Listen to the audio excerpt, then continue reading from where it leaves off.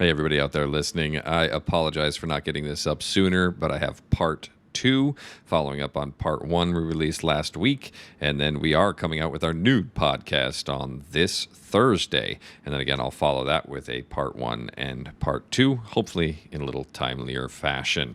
But without further ado, we will continue part 2 of the Raising Cain episode. Enjoy.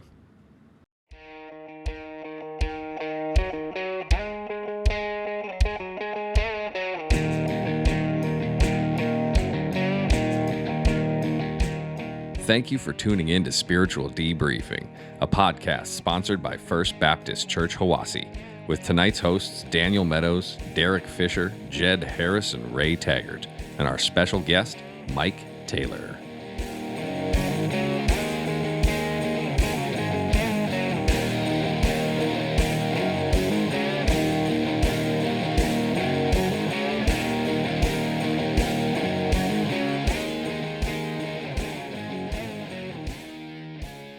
Yeah, let me know what you think about this. This is Randy's quote. Okay. These are Randy's. Can't take credit for them. You cannot raise your children as your parents raised you, because your parents raised you for a world that no longer exists. It's good to think about, though. It really is. I mean, we could say that when we were raised. Yep. We didn't have social media. We didn't have cell phones in our pockets. The internet. We didn't have any of that stuff. I can say probably with the older half of mine and the younger half, I see the difference in there. Mm-hmm. It's not the same world. Yep. Yeah, it's not even from you're talking that you're both your kids, but even from the young to the old. From the old to the young, there's a difference in. Yep. And that's I think one of the important things to remember. And again, this another Bible quote, Deuteronomy 6 and 7. These commandments that I give you today are to be on your hearts. Impress them on your children. Talk about them when you sit at home and when you walk along the road, when you lie down and when you get up. And again, that's the one universal truth is the Bible. It still applies. Even with all the new stuff that's going on today, it still applies. So, that's a route you can go to. That's a well you can go to.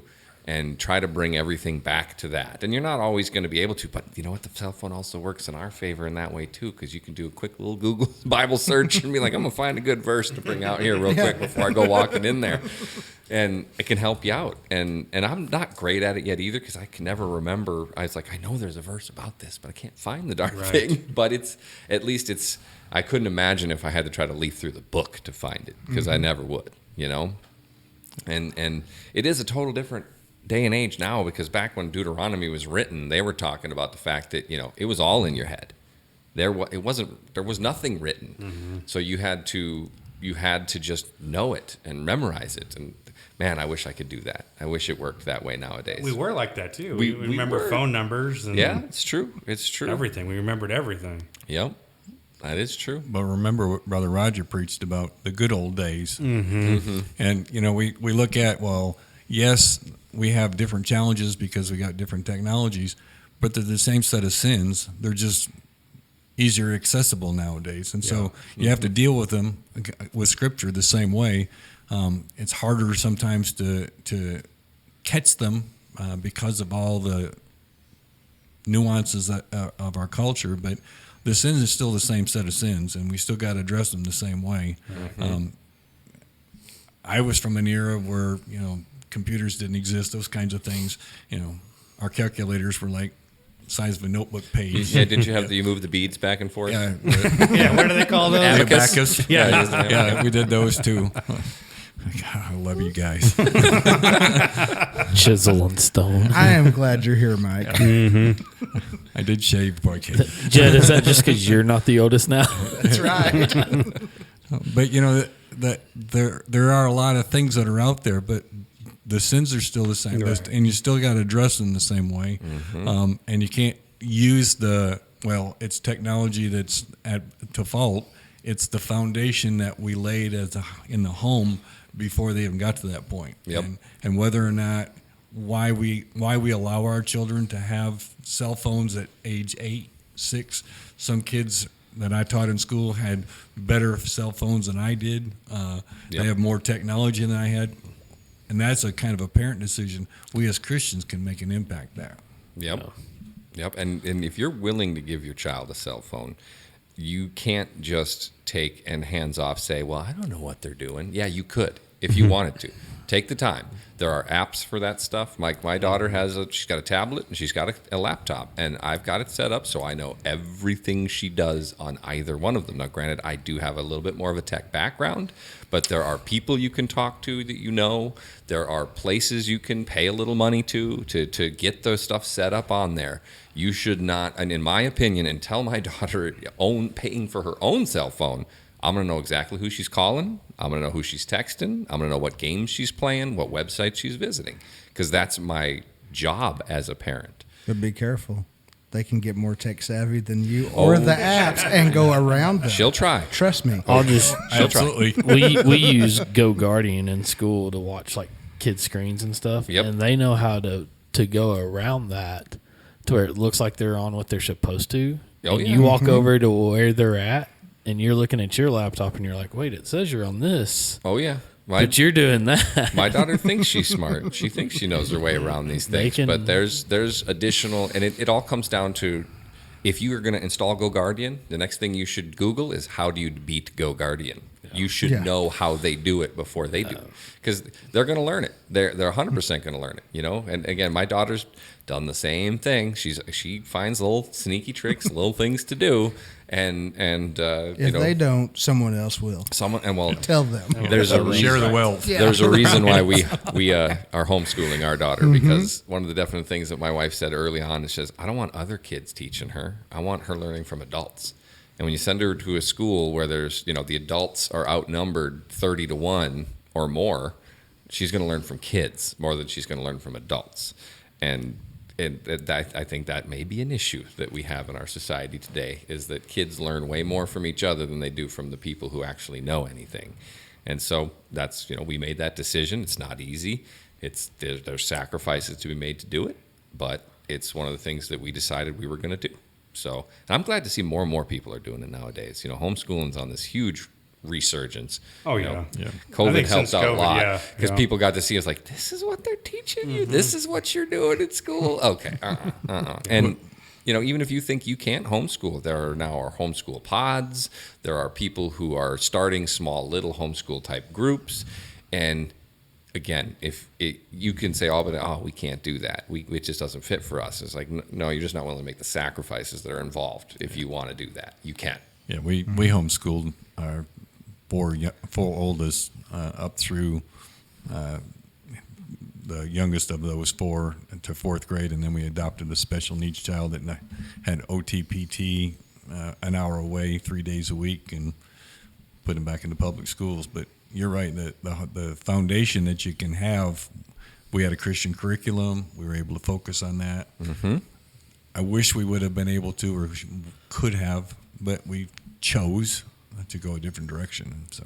Mm-hmm. And I'm not saying, I get it. Sometimes you're not going to be able to. I'm not saying everybody should homeschool. That ain't going to work. But you have to understand that, think about it, if you're sending them to a place for 6 to 8 hours a day where God does not exist and is often is excluded and even looked down upon, you're going to have to make that up, right? There's no way about it. If they spend 6 hours there 5 days a week, you've now got, what is it? My math's terrible. 30 hours. It shouldn't be that bad. 30 hours there. How are you going to make up that 30 hours with God outside of there? That's a lot of work. Because, the old Native American tale of there's two wolves inside of you, right? It is actually the truth, though. What you feed is what's going to grow.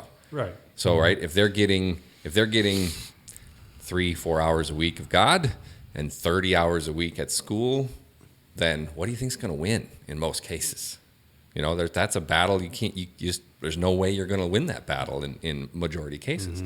That's why I think we run into a lot of the problems we do, even with children who go to church, go to Bible study, come to Wednesday night. They do all those different things. What's that add up to? 5 or 6 hours a week, tops. Yeah, it's funny too. And I don't want to bring in the negative either, but growing up and then, we see homeschoolers and they're like, man, they're so socially awkward. You know, they don't talk to other kids, you know, and they don't play sports and they didn't do this. And, you know, that was always our thing was like, man, every time I dealt with a homeschooler, you know, I was growing up, it was just socially awkward. Then, Yep. You know, and then when we had kids, you know, when we started to have kids, we were thinking about homeschooling too, but we were too career driven and, you know, and, And that's our society, unfortunately. well, it's career driven, and then really, like my wife, she's like, I don't have the patience for it, you know, and I get it. She don't, Yep. but Yep. but you know, I think it's great. I mean, I that's one of my regrets, you know, is I kind of wish that we would have just kind of started to homeschool and get that foundation built, you know. Because it's much more like it used to be. You know, my mom and dad both went to very small schools where it was, you know, 20 people, grades kindergarten to high school, all in the same room, learning from someone that they knew. Right, this is Miss So and So. She lives in this little town, right? And I get it. You can't all go back to that. And I you know, I also understand there's some the argument of the socialization to be said. But if you're bringing them to church, Harmony's involved in American Heritage Girls, so she does that. And I know you guys have met her. She is not socially awkward. No, I'm just saying that, you know, that was kind of my perspective as growing up as a kid. And I that's get why we that were like, because you can pick out that one socially awkward kid real easy and say, oh, there's the homeschooler. You don't realize there's probably 20 more you've met that you didn't realize were homeschoolers, because not everybody's wearing a little badge on, I was homeschooled, you know? you don't have that? Yeah, because ours was the same way. I mean, they went to church, they had a children's group, youth group, played sports, played soccer, brownies, Girl Scouts, the whole. I mean, they were involved. And then our homeschool group actually had a Spanish teacher that they go to as a group in a community group, and they learn Spanish and they interacted with another culture. And then with our special needs child, a handicapped child, our children were exposed to a special needs child, and so they were able to deal better with special needs children in the community, which most of us kind of just, I don't know what to do with this child. Mm-hmm. Right. Yeah, because like our old pastor, you know, the church I came from Arizona, his kids were all homeschooled, and you know they're fine. You know, it's perfect. Yep. And so yeah, that was just one of the things that, you know, I thought of as, you know, as when I was growing up. Right. Right. And today has made it so much easier than it used to be. Because back when we were growing up, if you homeschooled, you pretty much had to be done by your parents. There wasn't an internet. There wasn't websites you could go to meet other homeschool groups. Satellite. TV or whatever. Yeah, there was not, from, you know, and we don't actually participate in a lot of them right now because we just moved to the area, and my wife's got a good setup going or anything, but we've run into numerous people who are like, oh, yeah, we live in the neighborhood and we've got 6 kids who get together at this house on Monday, and they go to this house on Tuesday, and they go over to this place on Wednesday, and my wife's like, okay, that's too much, I'm not doing that. But and it's fine. Maybe as Harmony grows, maybe she gets older, we'll try to plug into some things like that. But for those of you out there who might be interested in this kind of thing but thinking personally we can't do it, because again, our society has driven us to a point where it's so difficult to do. You can almost not live as a single income family anymore. No, yeah. It is darn impossible. Again, you have to make lots of sacrifices. We have not gone on a single vacation. We can't afford vacations because we're a single income family. You don't get to do that, right? We don't have brand new cars. We don't have brand new phones or technology. We do well. I make good enough money to do what we do, but at the same time, if my wife was working, oh man, would we be living a completely different lifestyle? You know, we'd have almost instantly double the money that we have right now, right? Because she made plenty of money doing what she was doing, but we made a choice, we made a decision, and we made a sacrifice. And that is for our daughter, but also I think for us too. We get to see her so much more, and we really do enjoy that. I mean, it is amazing. But if, let's say, you wanted to do it, but you don't think it's economically feasible, or again, maybe you don't have the right temperament for it, then look at the local community. Find a local homeschool pod that you can plug in. And yeah, that means that probably you have to do something. Okay, well, we'll take them on Saturdays and go to the park and play, and we can do sports. Or, I mean, you're going to have to help out in most cases. But it is so much easier nowadays to get to that homeschool type of environment that you want to than it was even 5 years ago. There's some great stuff online to help you out. There's multiple different. We found a couple really good biblically based online programs that can get you curriculum, that can get you worksheets, that can get you even help you out. In some states, it's difficult to homeschool still. They'll even help you out with legal stuff if you need to, lawyers and things like that. So there's far less barriers nowadays than there was. And so, again, I'm just saying this because if there's anybody who's listening who's thinking about this but thinks that there's things that they just can't provide, you don't know until you look. You really don't. So Daniel, you're new into the classroom this year. What kind of things are you dealing with when you know that you're dealing with children from a broken home? What kind of things are you seeing in the classroom that you can make an impact on? Because there are so few of us Christian educators out there that are trying to make an impact, and so many Christian educators are afraid to take advantage of the legal rights they have. Yeah. How can you impact those kids that are from those broken homes that we're talking about? Well, just like that one I was talking about earlier, that young man, his parents just this year split. And so from the start of the year till Christmas break, I got to see a behavior change in him, and not for the positive.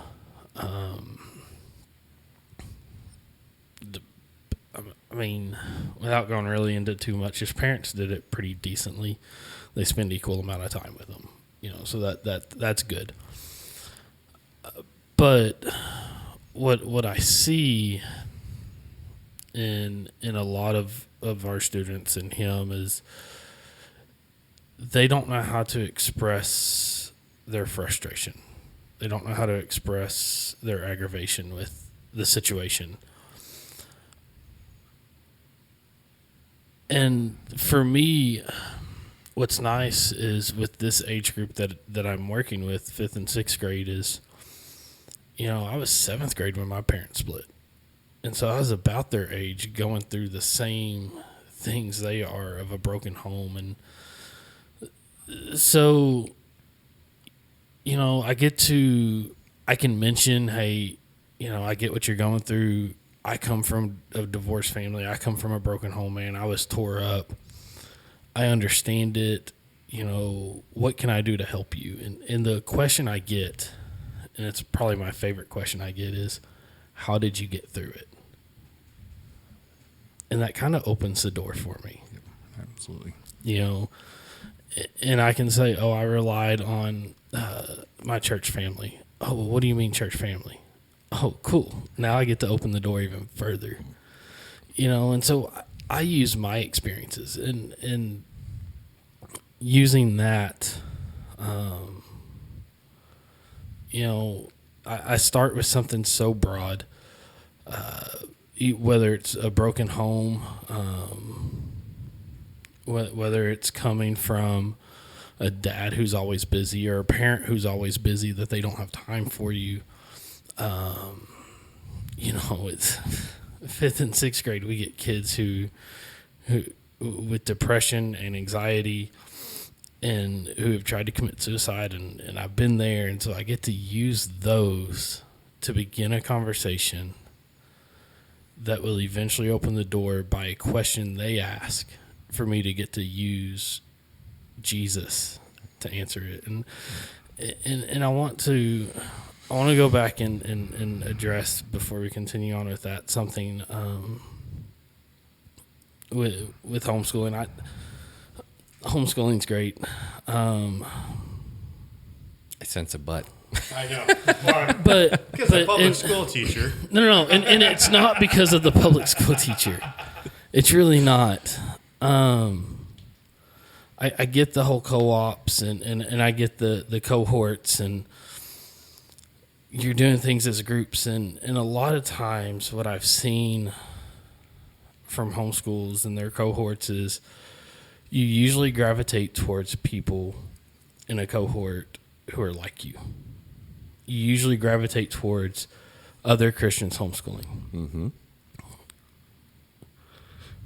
at what point do your kids then use a mission field to share Jesus?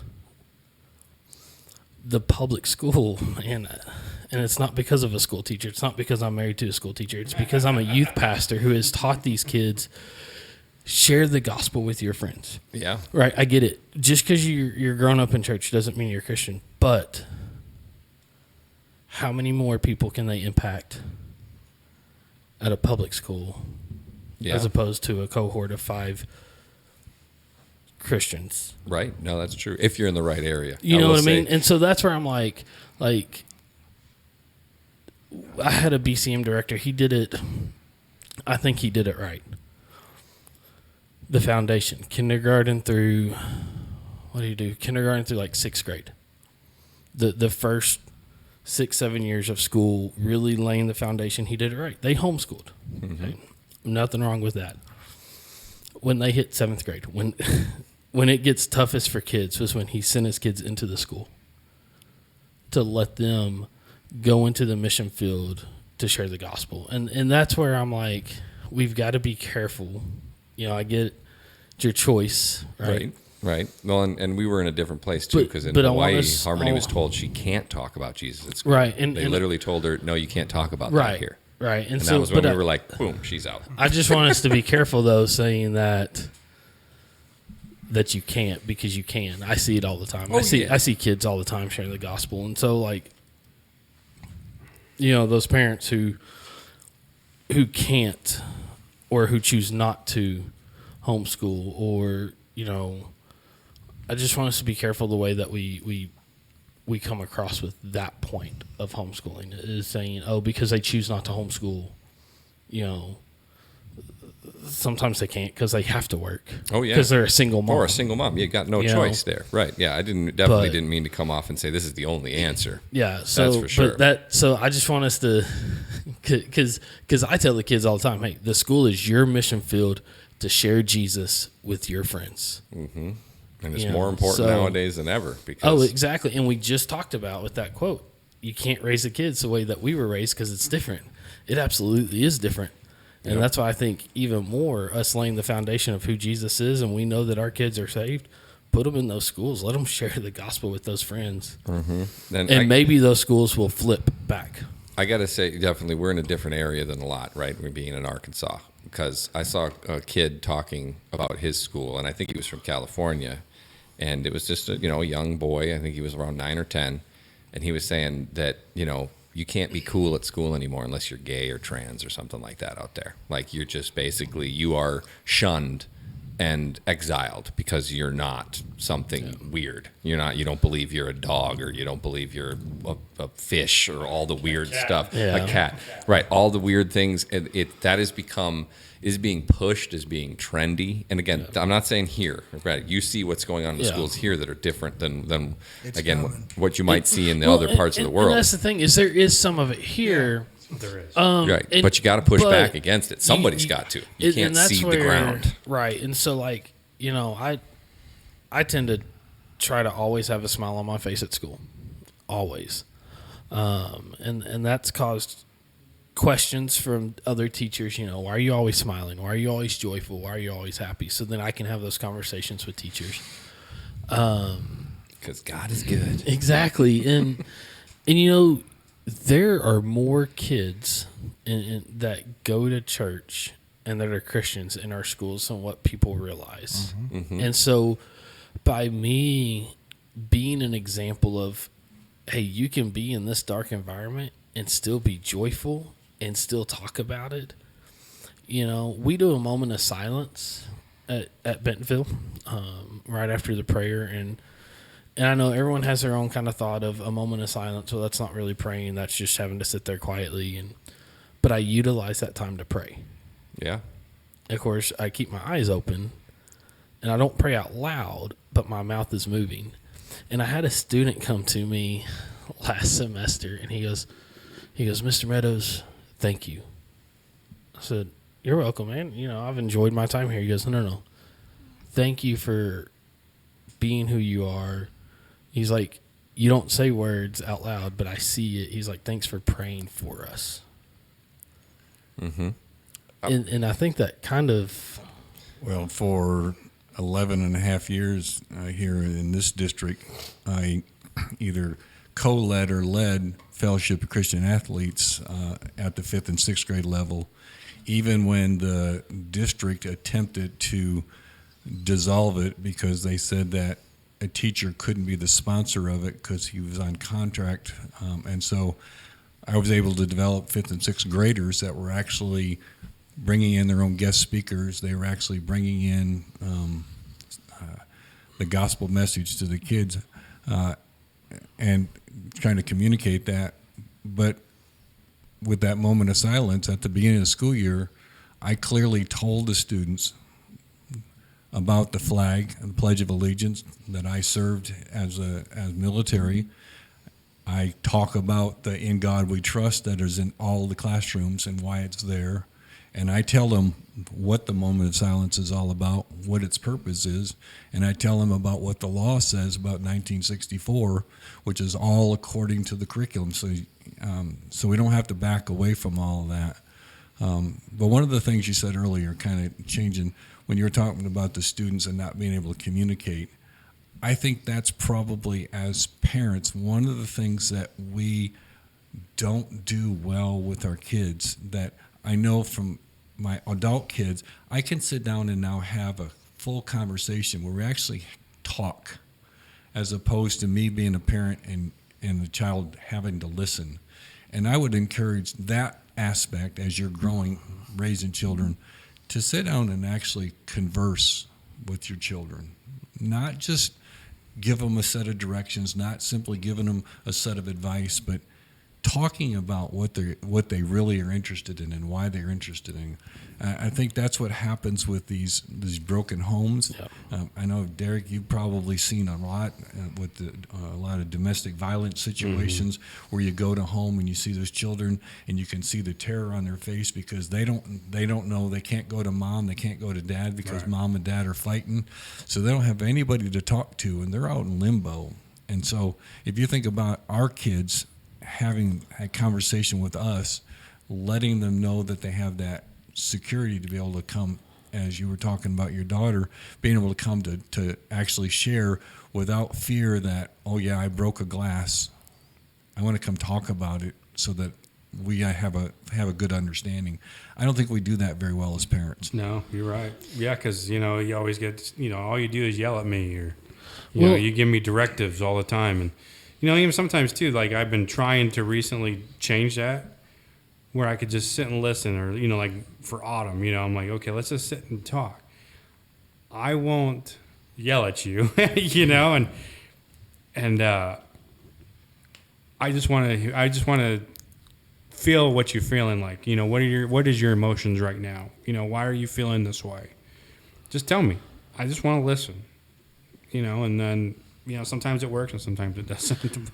But most of the time, we as parents, are, especially men, because we're fixers, right? we try to fix it. We'll hear some of it, and we want to say that we're good listeners. Mm-hmm. But when we automatically interject, and we defeated the purpose for why we're having the conversation. Right. Yep. Right. Yep. Yes. Being in the schools helped me realize too a little bit. When we discipline, a lot of times we're kind of up over them, right? I mean, you think about like when I look at other classrooms and like when the teacher's getting onto the kids, a lot of times it's finger wagging and standing over top of them, yep. kind of. And I do things different, and a lot of teachers are like, "How do you get through to that kid?" I see that kid struggling, acting out, whatever it may be, and instead of standing up over them, I go sit down, and they just kind of look at me, because a lot of them are like standing up, causing issues, and I just sit down beside where they should be sitting, and then they just kind of slowly sit down. And that opens up that communication because now I'm on their level. Yeah, there's a psychology about I get that. like with elementary kids, I get down on the floor on their level when I was in the elementary school, and the teachers were like, "How do you deal with that? How can you get them from such a red level is what we call it, right? Green, you're happy. Yellow, you're kind of, you're getting a little frustrated. Red, you're like angry, upset, whatever. And they're like, how do you get them from a red to a green to where they can open up so quick? I'm like, because I don't sit and yell at them. I get on the floor. I sit where they should.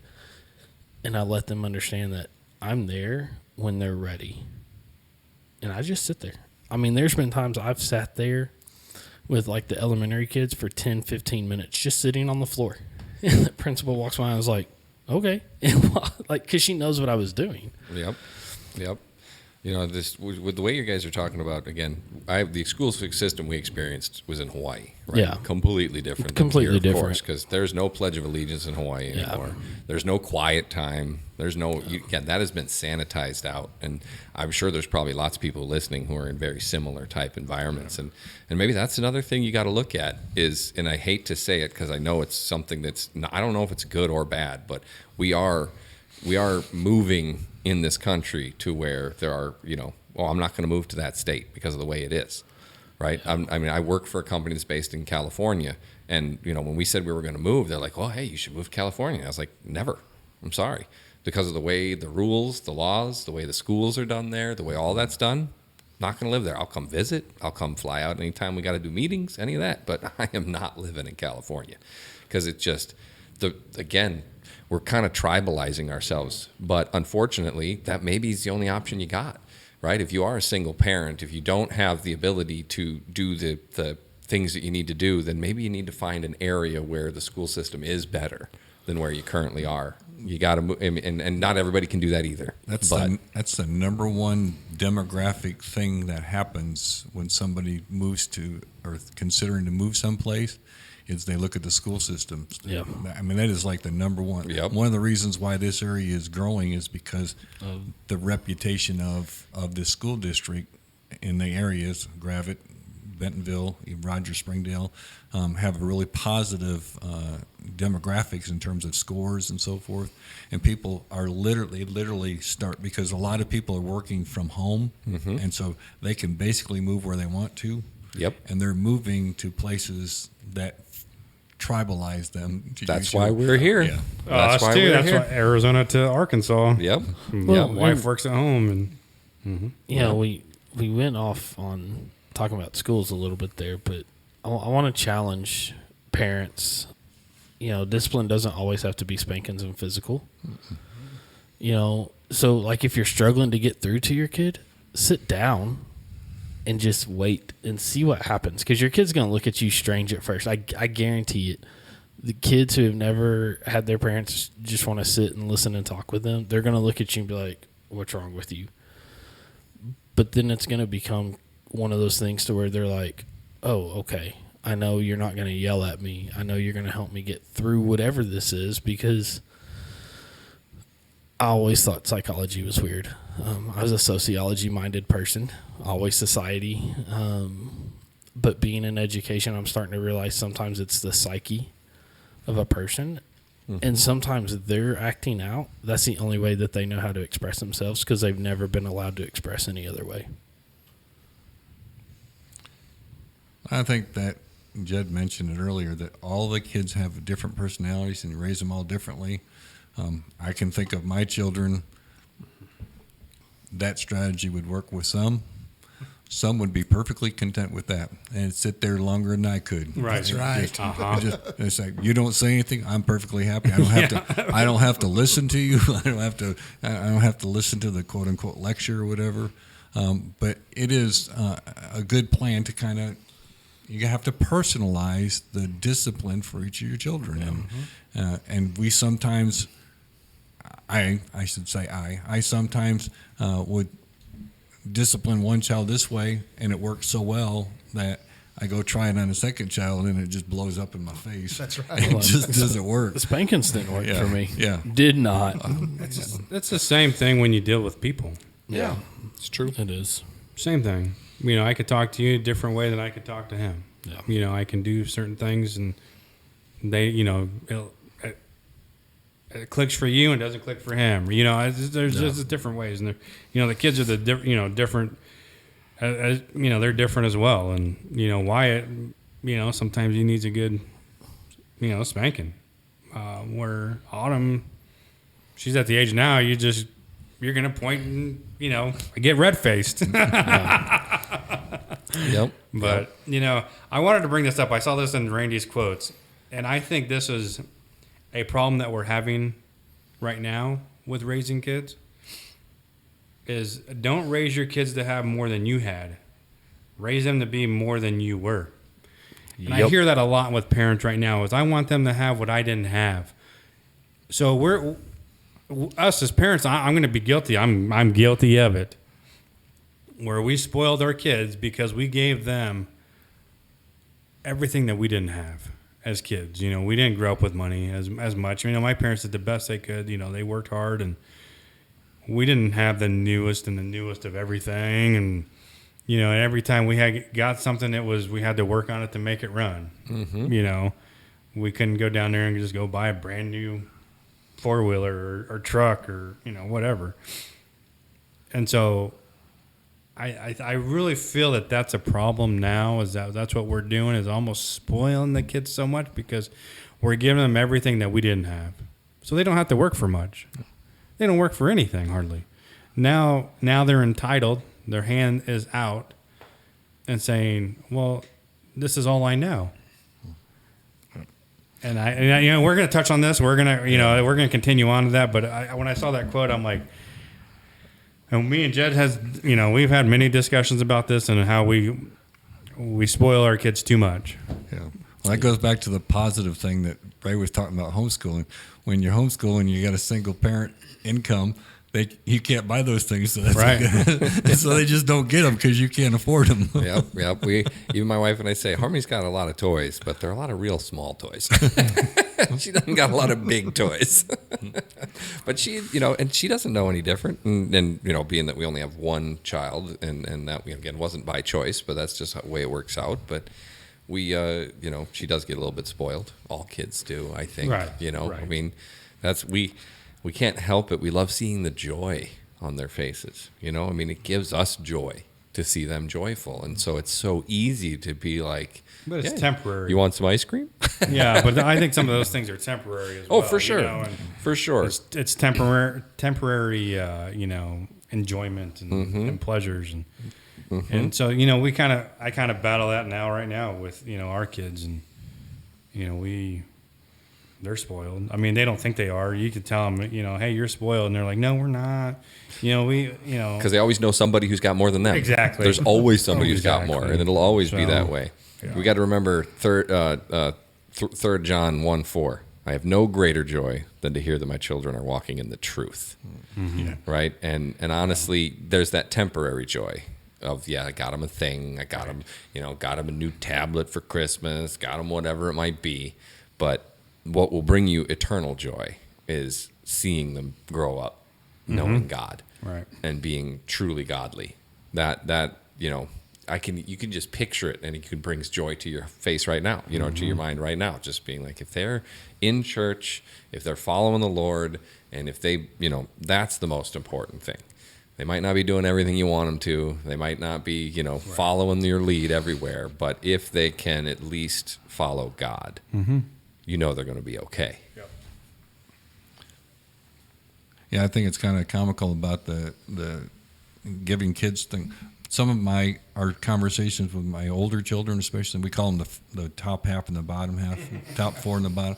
But the oldest 4 will talk a big conversation about a memory where we actually were able to take them out to eat someplace. That was a big treat for them. That was now they all got water. They couldn't get a drink. They only got water, but they have memories of us being able to take them out one time. So they appreciated that. That was family time for us. Mm-hmm. Mm-hmm. Yep. And I love that. Actually, that's my daughter's favorite thing to do is do something with us. She of course, all kids. She likes to play video games. She likes to watch TV. But if at any point I came up and was like, hey, you want to go to the park, or you want to play a board game, or you want to go out in the backyard and do this and that, she pretty much on 100%, 90% of the occasions will drop exactly what she's like, yeah, let's go do it. So I love that she's still at that age. She likes hanging out with me. I'm trying to suck up as much of that as I can right now because I know it's going to change. But even homeschooling, I know it will change. But at the same time, it's I do credit that to the fact that we've tried to bring her up with the Lord from the very beginning, and that's something I wish that nothing against my parents. I just wish that was what they had done better for me, because I think it would have helped. I really do. So. Yeah. I mean, I was raised in church from small, I don't know, second grade maybe or younger. I can't even remember. It's been a while. I think for me that time it was great because, I mean, we learned about God. We went to church and we met a lot of I met a lot of good friends. I don't know why we have to say we, but I met a lot of good friends, and I remember lock-ins at the church, and I was telling Jed today too. It's funny because you dated every girl in the church, but you just remember all those things in the church as a child, and it was fun, and everyone knows the history of me kind of going backwards a little bit, but I think it was that great foundation is what brings you back if you do backslide. Yep. Or if you do fall back, now you have that good foundation that this is where we need to be. Right. Well, it's like I mentioned last Sunday. I was raised in the church too, but again, I did not coin this phrase. I'm just stealing it. But I was raised as a spiritual streaker because I was given salvation, a helmet of salvation. That's it. I had nothing else. Right. My parents, we went to church on Sundays. Yeah, I did youth group, but I did the lock-ins. I did that type of stuff. But they didn't ever reinforce it at home. We didn't read the Bible at home. We didn't talk about the Bible at home. So again, all I had on was that helmet of salvation. I had nothing else. I think that's the key. I think that we think as parents, we brought our children, I brought my children to church. I drug them to church. They were Sunday morning, Sunday night, Wednesday night. If we had revival, they were there. Hey, we're going to take care of that. We're going to make sure that they pay attention during worship service. We're going to make sure that if they're in the youth group, they're going to listen to the youth pastor and they're going to pay attention. But then we didn't do that at home. We didn't read the Bible. We didn't really study the Bible. We really didn't get into God's Word. We just kind of did godly things and churchy things, but we never really got into the meat of what we're supposed to. And I think that's one of the things that all of us as parents probably have failed to do with our children. I know you're working real hard with Harmony. That should have been a lifelong thing, and I can't say it was a lifelong thing for me.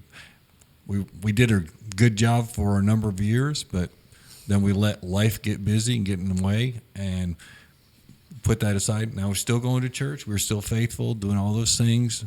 Our children made professions of faith. I pray that they were all sincere professions of faith, and only the Lord knows that. But we never really spent time as they got older in the Word, and I think that's probably the biggest error as a parent that I committed, I guess. Yep. And it's one of those things you'll never know. Hindsight 20/20, as they say. But and if we keep doing this long enough, maybe I'll get to tell you how it goes. But I'm hoping it engenders something different in her. Again, from that idea of that, yes, daily reading, daily study, talking about it, discussing the topics of it. And even if I can't, now one of the other things I've started trying to do more often is instead of putting my Bible podcast in my headphones and listening to it, I'll broadcast it out loud so that everybody who's around me gets to hear it. So Harmony hears me listening to these. Yeah. And she, at first I thought she was just ignoring it because she'd be playing her tablet or doing her homework or something like that. But then I start hearing her mention things that she's heard. Yep. And I'm like, okay, so it's getting through. Oh, they multitask very well. Yeah, they do. And if your kids are still at home, I mean, teenagers, older children, it's not too late to start that. Nope.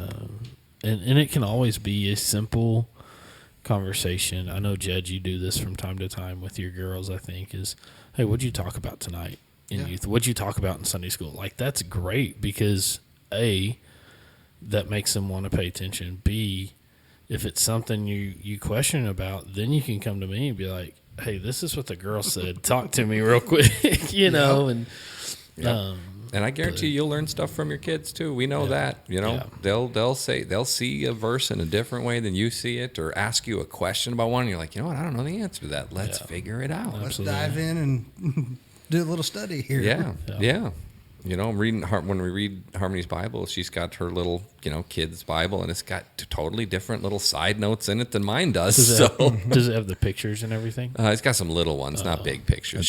That's Ray's Bible. That's right. That's Ray's Bible. She actually did get the Action Bible for gosh, what was that? It wasn't for Christmas. She got it a little while ago as a gift, but that wasn't the one at baptism, was it? No, that was different. We bought it for her, but Okay. it's like the Bible done in a comic book style. So it skips a lot, but still, she read that. She reads that on her own. It's geared towards that age to where they can comprehend it. Yeah. So she she's got 3 Bibles now, and I see her read 2 of them. Actively. So it's really cool to see. Really good. Well, I think we'll continue on with this. Yeah, it's probably Mike, you'll be back, right? Be back next week or next Yeah, time? next time. I'd be more than happy if Okay. you want me back. all Because right. I want to ask you this, and I'm going to have you think on this a little bit. Because now we say that, we need to do more for our kids and read the Bible at home. And, they go to church and they go Wednesday night and they do this and they go to summer camps. I've seen sometimes that it's too much that pushes them away because, you see, you hear the excuses of the kids where, my dad made me do this and made me go to church and made me read the Bible and made me do that. And now you see them as adults and they're like, I don't want anything to do with church anymore because my parents force it on me so much that I don't want anything to do with it. My question to you is, where is that fine line that you're not pushing too much that's going to push them away from God, but it's enough where you're building a great foundation for them as they get older? So I kind of want you to think about that, Mike. I think that's what the first question I'd like to start with on the next podcast. Sure. And where we can decide where we find that fine line. And I'll ponder that answer because I know that anybody who's got a child that's fixed and leave the home have all said that. That's most of my children have used that same line. Right. That, so I've heard this before. It's not like it wasn't a new concept that was invented. No. And so, You probably got the answer like this, but well, I don't. I kind of, and hopefully, and I shared with you, I actually sent messages to all of my adult children to ask for them to send me honest feedback about what I was as a parent, positive and negative, as I'm growing up, and as they've grown up as an adult. So just before I came, I texted them again saying, looking for that stuff. So maybe they can give me some insight that I can share next week. And I got a list of questions here that I'm going to send over to you too, and kind of, just so you can have something to go off of that. I think we're going to have some questions, and if it's too tough, I'm not coming back. that's fine. That's fine. You can call a pass on that. Right. Yeah, and if anybody listening, if you got questions you want us to cover in this, comment, again, shoot an email, DM Spiritual Debriefing on Instagram or Facebook. And if you've got a different thought on any of this, we'd love to see some comments. That'd be awesome. We'd love to just kind of get some feedback, or if you want to, try to answer that question, I'll keep an eye out for anybody throwing any answers in. We can maybe even read a few of those. And if you want to be anonymous, just let me know. I won't read names if you don't want me to. But yeah, I think it can be. This is a topic that there's no exact answers for any of this. Right. There's that's why there's a million books about it from all different walks, Christian and non-Christian, and one book might work great for one kid and one might not work for another, and it's something that there's no real instruction manual for except for the Bible, and that gives you some good guidance, but it doesn't give you those day-to-day little tiny answers all the time. So, Well, tune back for part 2. Yeah. Mike, do you mind closing us in prayer? Lord Heavenly Father, we just thank you for that we're able to come together and to discuss a topic that is a challenge for all of us as parents, that we certainly don't know the answers, other than that we know that the answers are found in your word. That is our responsibility as parents to stay in the word, to learn and to grow in the word, and be able to share it with our children.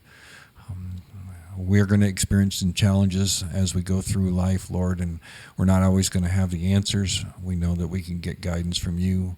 And we just pray that you give us the insight, and the Holy Spirit just impress upon us the decisions that we make that'll glorify you and to reach our children in a way that you will want them to grow, and the way we want them to stay close to you as they go on to their adult life.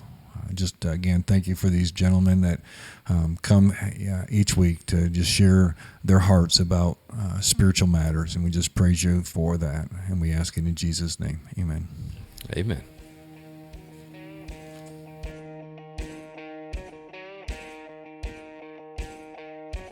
Thank you for listening to Spiritual Debriefing, a podcast supported by First Baptist Church Hiwassee. Please like and subscribe to the podcast so you can be notified when we post new episodes, as well as check out our past episodes. We'll be posting new podcasts every other Thursday.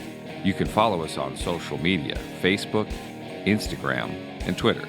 If you have questions you'd like us to answer, comments, or feedback on the podcast, please contact us through our social media or email us at dmeadows@fbchiwassee.com. Thank you, and we hope God blesses your day.